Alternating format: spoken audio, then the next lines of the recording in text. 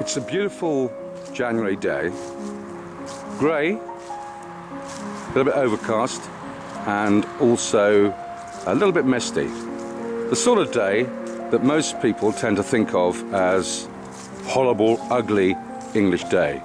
But actually there's a beautiful stillness about it. A real deep stillness. And I decided to make this video because I went for a walk a little while ago. At the moment my partner and I are rowing a lot, which does tend to happen when you're at the end of a journey up a mountain, because really life is a test of faith, and ultimately if you're going to become anybody in the truest sense of the word, you're going to have to go through adversity, and you're going to have to go so close to the edge. You're going to have to reach a state of calm where you can live totally in the moment. And you're going to have to potentially risk everything. Now, on Tuesday this week, we crossed the path point where potentially I could literally have lost everything. I'm not proposing to be precise about how, but it will undoubtedly go into a book at some point in the future, a book about my life. Second book actually, because my first book is called Messages from Beyond Reality, and that shows how I got to the kind of thinking that I have today. And my second book will show in some detail the adversity that I've had to deal with and the mountain I've had to climb, as every potentially great person has to do if they're going to achieve anything. I recently watched The Exotic Marigold Hotel, a beautiful film about older people going to India. I say the Exotic Marigold Hotel, which has Judi Dench and various other famous actors in it, and it has a beautiful message really, which is that most people let life pass them by. They get to the point when they retire and get a pitiful pension, and then they look back with regrets at all the things they could have done. And this film is really about the need to finally take a risk, to not be controlled by the people, to not be told to do by the people, to not form your thoughts as a result of what other people think. And, you know, in different ways, each of the characters find what they've really been looking for all of their life. And there's a beautiful bit in it where Judi Dench reads out a bit near the end, and she says, really, people who take no risks will have nothing. And that's most people. They take no risks. You know, I work with people and I try and push people to take risks all of the time. And yet, the majority, they come up with excuse after excuse. My house is a house that I bought at the age of 26. It's a beautiful place, which is why when I walk in the garden there's this feeling of peace. I've helped to shape it. It contains a lot of my personality. And the best way to describe it is, I went out on a limb to buy it, and I fought to keep it. My two wives lived here. My two long-term relationship partners have lived here. Many girlfriends have been here.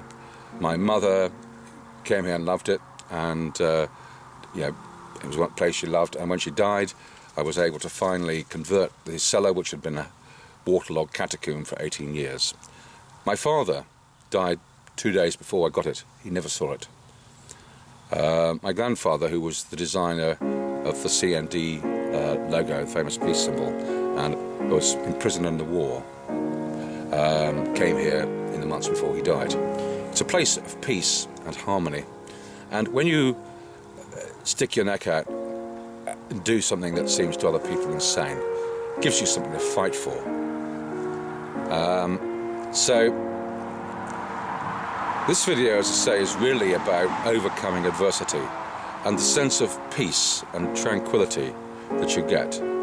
Because when you risk everything and you come through the other side, if you have truly got to that point with a pure heart, there's a strength and a calm that you get, because you know in a way that whatever happens, good or bad, in other people's eyes.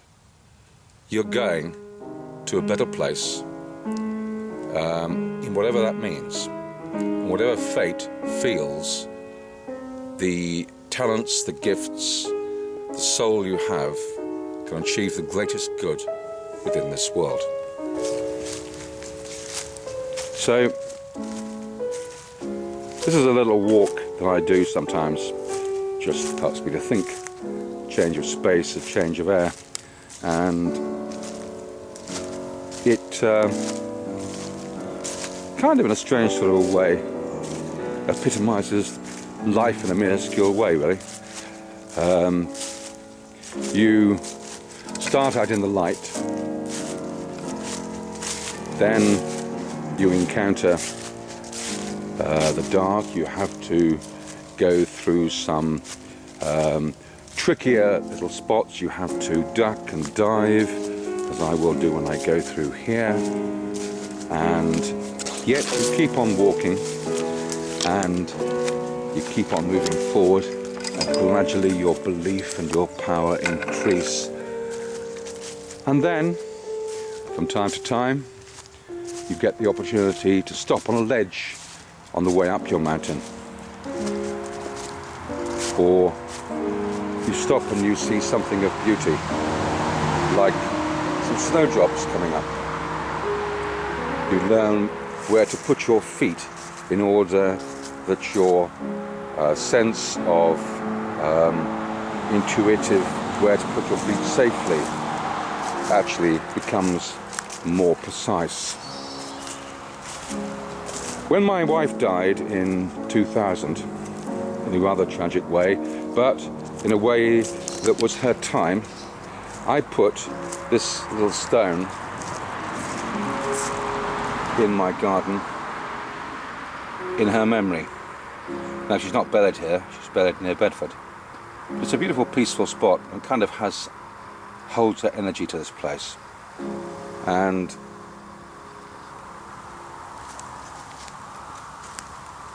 there's a reason for everything, because when my wife died, it kind of freed us both, really, because we had a beautiful love-hate relationship, and yet neither of us could move on. And because my wife died, I was able to move forward to do the things I've done in the last 12 years. And I decided to try and find a legacy for her, whereby something could be done that would actually be a lasting memory of her life. And I discovered a charity, not a fan of charities, but a charity that was buying homes in other parts of the world for orphan children. And at the time, a massive hoo-ha was building up about the way that children in Romania were being kept in cages in appalling conditions. And of course, we had lots of people judging the Romanians as terrible people, forgetting the fact that our Western greed is the reason why they actually had the situation developed, because we were, of course, placating Ceausescu and ripping the money out of the country that we'd lent through our banks. And being a Christian country, instead of killing their children that they couldn't look after, they had to put them somewhere, whilst keeping the whole country kind of vaguely afloat. So this was the best alternative. So I bought the house, and I was the first person to buy a house and to get behind this particular idea. So the result of that was that I went over and opened it. There's a plaque over there for my wife, who was called Carmen. And I opened it and came back, and I've had no more to do with the charity, but last week I received a letter in which I discovered that as a result of my action, leading from the front by example, in buying a house for £25,000, what had happened was that about 94% of the children had been freed, And the symbol of this, I suppose, evil called Kármán Spittal, which was the worst concentration camp-like place, was actually closed. And that 10 years on, say 94% of the children had been freed, which is about 91,000 children. Now, it's one gift of £25,000 in memory of my wife, but it's interesting, I didn't know that the place was called Kármán Spittal, so obviously the heart of somebody called Kármán was necessary to end up closing the sort of dark side of Kármán. So the point of this video really is that everything happens for a reason. My wife had to die in order to release me and her, for me to have all the beautiful memories that I've had. At the time, there was a lot of acrimony with her family, but I spoke to her mother a few days ago, and I'm able to send her now the most beautiful letter of the legacy that her daughter and her family left, which wouldn't have happened if she'd not died. So, I want to read a passage from the Bible. I'm a bit into the Bible at the moment, but it is a beautiful thing, and many people have a very childish view of the Bible. When they get older, they think it's all a load of crap. Well, of course, what you believe as a child is a load of crap. You've got to grow up and start really figuring it out properly. But there's a huge depth and a precision and a clarity to the Bible in terms of the spiritual messages it gives. So I'm going to read Psalm 23 in the older Bible, not the modern one, hideous thing. And I'm going to do that because the language is beautiful. It's very compact, if that makes sense, and all I have to do is to try and find it, which is often, here we go, easier said than done. So, what made me actually decide to read this is that having had a little row with my wife, my partner, I walked down, went for a walk, and came to the church, and decided to sit in it because it's a very peaceful place and nobody there, of course. And there's a New English version of Psalm 23 with somebody's wacky interpretation of what it means. We do love to interpret things instead of figuring it out for ourselves. You know, find a new sanitary version. So this is it, Psalm 23. In my old Bible it says David's confidence in the grace of God. Now,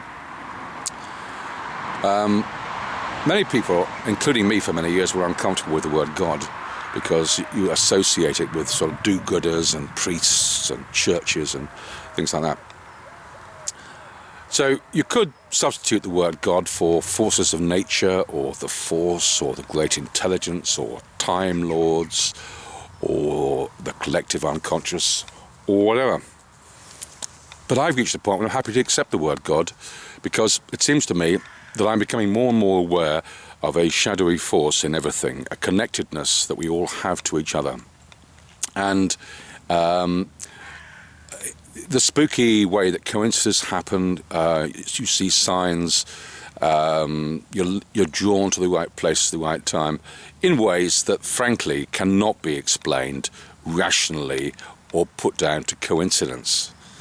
And I'm now happy to use the word God because it seems to me probably the most powerful word you can use to describe an intelligence that pervades everything throughout the universe, influences and is aware of and coordinating everything, the power of which, well, it's beyond anything we can possibly comprehend. So, therefore, why not use the word God to describe it, whatever it may be?